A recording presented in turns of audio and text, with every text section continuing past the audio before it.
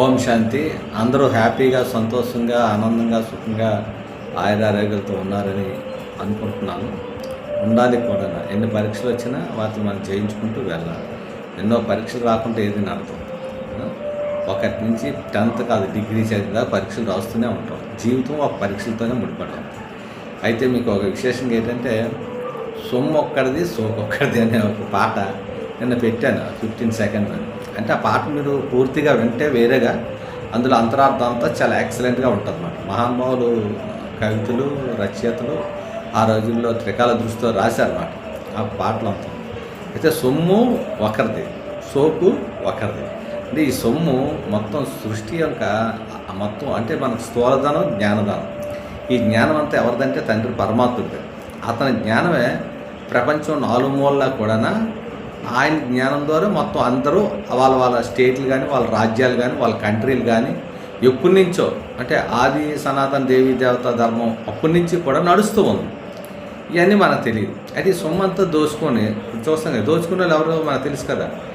ఇతరు అంటే ఒకళ్ళు మాయ అనుకుందాం. మాయ అంటే దొంగచాటు అంతా వేసుకొని అది విలాసాలు, ఉత్సాహాలు అన్ని చేస్తుంటారు. సో జ్ఞానదానాన్ని అలాగే మాయ దోసుకుంది, ఇటు స్థూలదానాన్ని కూడా మాయ తీసుకుంది. అందుకే భారతదేశాన్ని ఇంత దిగజారి దీన్ని తీసుకొచ్చేసి పరమాత్మ చెప్తారనమాట, ఇంత వికారిగా చేసేసారు. ఒకప్పుడు స్వర్ణయుగంగా ఉండేది, సంపూర్ణంగా వజ్రాలు, మనులు, మాణిక్యాలు, రత్నాలు, ఎంతో గుణాలేటి, సంపద ఏంటి, ప్రకృతులు ఏంటి, మొత్తం అన్నీ కూడా చాలా బాగుండి చాలా ఎక్సలెంట్గా ఉంది అన్నమాట. అంటే మనకు రేపు, అంటే అదే ఈరోజు, అంటే రేపు దానికి ఆదివారం కదా. ఈ ఆదివారంలో అంటే రవి అనే ఇదన్నమాట. మీకు చాలా జ్ఞానం అన్ని విధాలుగా ఆలోచిస్తుంటే బాగుంటుంది.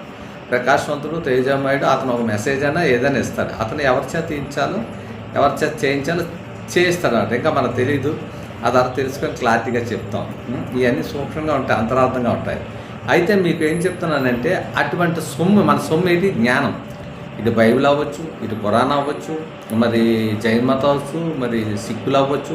ఎవరైనా మొట్టమొదట శ్రీమత్ భగవద్గీత, శ్రీమత్ అంటే మాత అంటే తల్లి అనమాట. మాత అంటే తల్లిలో నుంచి పుట్టుకొచ్చిన వాళ్ళే మన అందరం పిల్లలం. అంటే అందుకే భారతదేశం అంటే అంత ఇష్టం. తల్లి ఇటువంటి వారైనా ఇంకా తండ్రి మీద అటు ఇటు కానీ తల్లి మీద ప్రేమ ఉంటుంది. ఎక్కడో ఈ చిన్న కొరత. అందుకు భారతదేశం సుసంపన్నంగా, సంతోషంగా, ఆనందంగా ఉంటే కనుక పరీక్షలు, ఎగ్జామ్స్ వస్తుంటే రాను చాలా వస్తుంటాయి. ప్రాబ్లమ్స్ ఎదురు చేసుకోవాలి. ఏదో గంజిలతోనో, అన్నంతోనో ఏదో తిన్నాం, ఉన్నాం, చక్కగా అన్నీ ఉండి చూడాలి. అటువంటి రోజులు వస్తున్నాయి. పేదలపాటి పెన్నిది భగవంతుడు. అంటే పరిస్థితులు ఎదుర్కొని చక్కగా ఉండి పరమాత్మ సూచి చేయండి. ఓం శాంతి.